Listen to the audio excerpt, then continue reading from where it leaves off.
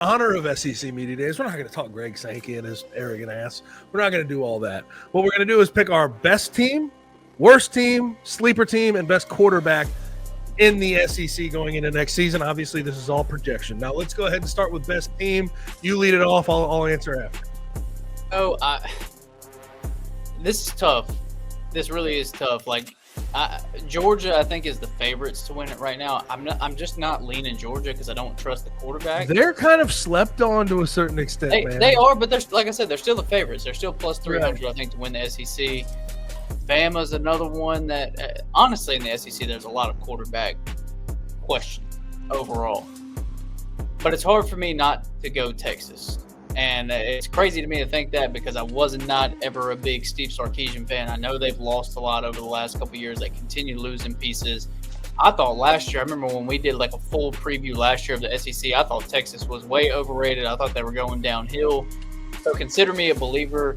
I don't know what year one of Arch Manning will look like. I mean, we've gotten glimpses of it, but I think he's better than Quinn Ewers. I think he's better. I think he's more explosive. Obviously, he's a much better runner. He can allow them to be more dynamic and more multiple. And he's had to have taken steps forward in the last couple of years, and especially this year, knowing like going into the offseason, he was the starter. So, as much as I want to say other teams, I just feel like Texas is a hard one not to point to right now and say that they're the best team going into the season. Yeah. What I would say, one, I get so annoyed with the people, and these are like other SEC fans, maybe trying to throw shade. They're like, well, if Arch was so good, why did Quinn Ewers start over him last year? Well, I guess Quinn Ewers have been doing it for 3 years. Yeah. He's familiar with Sark's system. Of course, like you go with, and they were so talented around him, it didn't really matter all that much. And Arch still doesn't know what he doesn't know. He was inexperienced. So, like, I always hated that. They're like, well, he's a 7th-round pick. Arch is supposed to be a 1st-round pick. Why would Arch not be able to start over him? Because it's hard to start over the best quarterback recruit in the history of, what was it, 247? Like, his composite score as a quarterback was the highest ever, Quinn Ewers. But I'm going to go with Texas as well. And it's not just offensively. I think Ryan Wingo, their wide receiver, is going to have like a breakout year. Yeah, I agree with that. He's going to be really good. I think Wisner at running back. It could be C.J. Baxter as well. Like, I think they'll have a good backfield. Their offensive line is going to be taken care of for the most part, even though they're losing Kelvin Banks Jr. at the left tackle position. I still think they've got more than enough talent. I like what they have. I think when you look at like returning talent, plus ability at the quarterback position, plus defense. And also, we need to talk about what they did last year, won a college football playoff game. Right. I think it just all equals out to this is the team to beat in the SEC. Now, I have two names that people need to pay attention to going into next year. Like, these two guys are – we talk about offense with Texas because it's Sark and it's Arch Manning, and Ryan Wingo is a stud.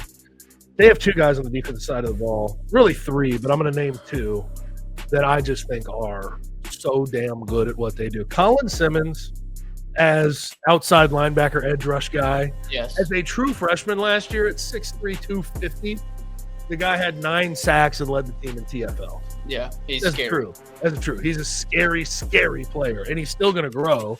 And I thought, from what I heard, he gained some weight in the offseason. He's up around 260. So that's scary for everybody. And then their middle linebacker, Anthony Hill Jr., absolute stud. 100%. He's all over the field, sideline to sideline. He can cover. He could be like an off-ball linebacker drafted in the 1st round. Yes. So keep an eye on him as well. But I just think they are the best on both sides of the ball. Like, all said and done, I think Texas is that team. Now, worst team, we don't have to spend too much time here. I'll lead us off. Mississippi State. Who else are you going to say? They were 2-10 in the 2-10 last year as an SEC program. They were miserable. They were horrible. I can't really put it any other way than that. Now, Jeff Lebby may be able to take a step in the right direction. He brought in Luke Cromenhope, the quarterback out of Florida State, who never really made a home there. He's got Blake Shapen. He's got some bad choices at quarterback, but he is a good offensive guy. Maybe he can design some things that help them win a couple more games this year, but I'm going to have to go Mississippi State. Yeah, I agree wholeheartedly with that. Like, I think, like you're saying, we could see them take steps in the right direction, but is it going to be anything beautiful this year? No. So that's really all I got there. Sleeper team, There's a lot of different directions you can go in this. I'll go with kind of the blinking light obvious one, and to me that's South Carolina with the year that they had last year. I don't know if I buy Lenore Sellers being a top 10 pick right now. I think that's just off season and projection. But that to say, he could be. He's got the cannon of an arm. He's got the running ability. He showed a lot of development through the year last year. Like he went from looking sporadic and trying to take off running the ball to staying in the pocket, taking hits, delivering big throws. That I think he could be someone that could make South Carolina surprising once again this year. And then you got Nick Harbor. He hasn't taken off the way that people expected him to. He's an EA Sports legend already, though. Oh, yeah. But, like, he is the freak of all freaks. Like, there are not many that are made like Nick Harbor.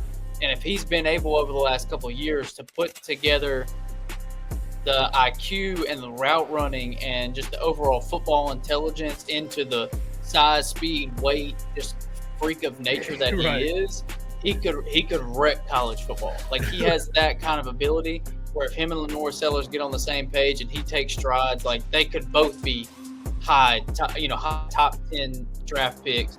And then on the defensive side of the ball, Dylan Stewart, true freshman last year, was one of the best defensive ends in the entire country. I mean, he is a monster. He is also a freak. And so if he can continue wreaking havoc on the defensive side of the ball, Lenore Sellers can continue to take strides. Nick Harbor becomes the guy that he was expected to be. Like, this team has bona fide top 10, top 15 NFL talent on the roster, and if they can all put it together, then South Carolina could potentially be a team that could beat anybody next year. To your Nick Harbor point, even if he has not cleaned up the route running, it hasn't really become a full, well-rounded college wide receiver. You could run 9 routes with him the whole game, every single game, and he's probably still going to put up stats. We'll see how that works out. My sleeper is disgusting. I'm going to fully admit that to you. I'm going to go Georgia Bulldogs. Okay. I think they're being slept on, brother. Yeah. I know that, when you look at the season totals, win totals, that's not what I'm talking about. What I'm talking about is Alabama's getting a bunch of pub, Texas getting a bunch of pub, Ole Miss, Tennessee, all them teams getting a bunch. LSU is, a sleeper to people. I feel like people are forgetting about Georgia. Yeah. I feel like now here's the difference between this year and the 2 years in a row they won the national title. The defense is not bona fide best ever in the SEC caliber. Then it was. So we'll see what the talent looks like on the defensive side of the ball. We know that Kirby Smart's always got the schemes, always got the players, but we'll see who's sort of filling in the cracks. I think the reason people are sleeping on them is Gunnar Henderson. And I get it. I didn't really see much from him.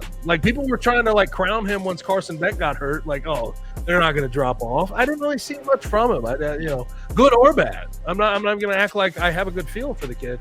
But I think the thing that gives me hope about Gunnar Henderson is Kirby had all of the time in the world after last year when Carson Beck was going to get in the transfer portal or go to the NFL draft. All the time in the world to go find another quarterback. And what did he do? Sat on his hand. Gunnar Henderson's our guy. And who did he win natties with? Stetson Bennett. Yeah. Right. So and then Carson Beck. I think that's sort of a nice little checklist item there for you to believe to a certain extent in Gunnar Henderson. That doesn't mean he's going to be a 4,000-yard passer and a 1,000-yard rusher.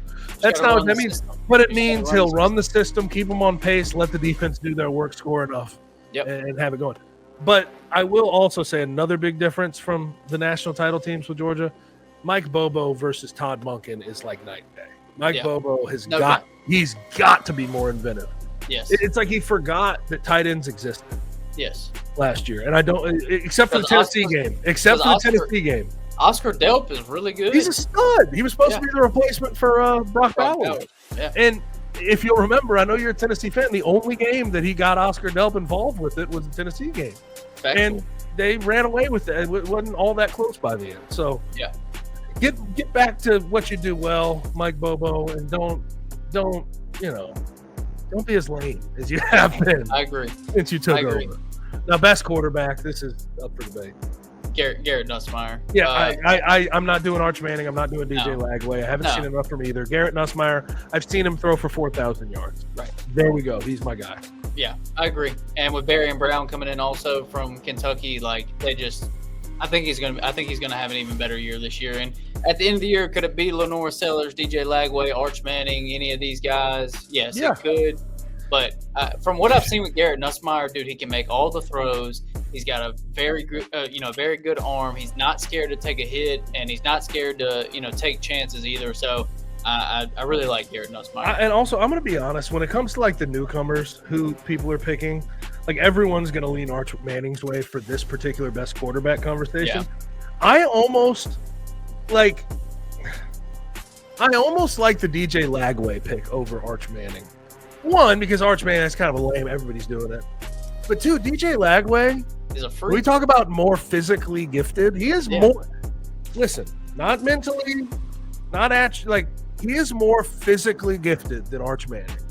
Yeah. And I got to see him get more run last year with Florida. And here's the thing. And he started to figure it out too.